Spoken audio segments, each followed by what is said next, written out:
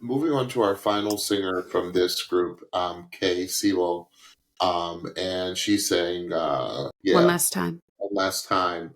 I said, piano, really, Kay? Really, really, really, really, sis? I said, are you kidding me? Are you kidding me? Is what I wrote. I said, you heard us. You heard us, Kay, because That hurt you my feelings. bring us in intimately. You bring us in intimately, you bring us in immediately behind the piano, and then when you get up for the piano, you have the nerve to snap and let us all have it with your flawless vocal. I said pro is what I wrote. I said, you are one of those singers where I think, and I'm glad that in the Be Real we got to see, some of the insecurities that us singers suffer from, even the greatest singers like you, because I think you are one of the greats that have come through this show. And I'm so glad I wrote what I'm about to say about you because I'm really pissed off at the results. But you're one of those singers where the insecurity is what lights that fire under you. You take your insecurity, and y'all who are aspiring singers or artists, that insecurity doesn't have to ruin you. Okay?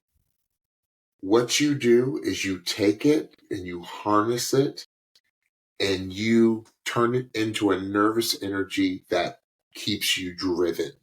And that is why Kay is going to be a star and be a successful in any genre or whatever place of performing arts that she goes into, because she, harnesses this insecure energy and she turns it into flawless performances. And I thought her performance tonight was actually one of the strongest of the evening. Yeah, so I'm going to stop there because I want to discuss the outcome a little bit. Stephanie? I thought that Kay's performance was one of the best constructed knockout performances that we've seen so far. Thank you, Stephanie. Thank you. She gave us piano. She gave us just her vocal and piano, which there's nowhere to hide. There's nowhere to hide when all there is piano and vocal. And to be honest, I heard her nerves. I heard it, but I loved it because it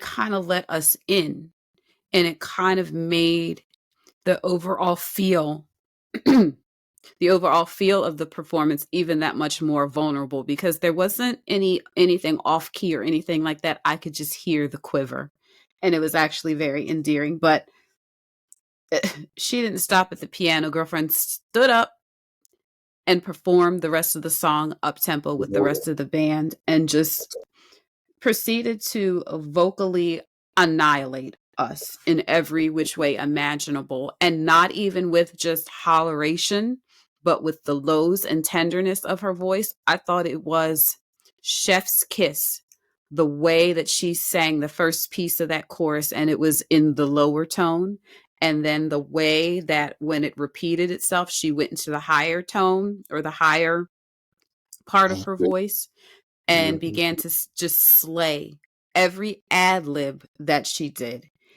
It was a brilliant knockout performance. That's what you want to see when somebody's doing a knockout.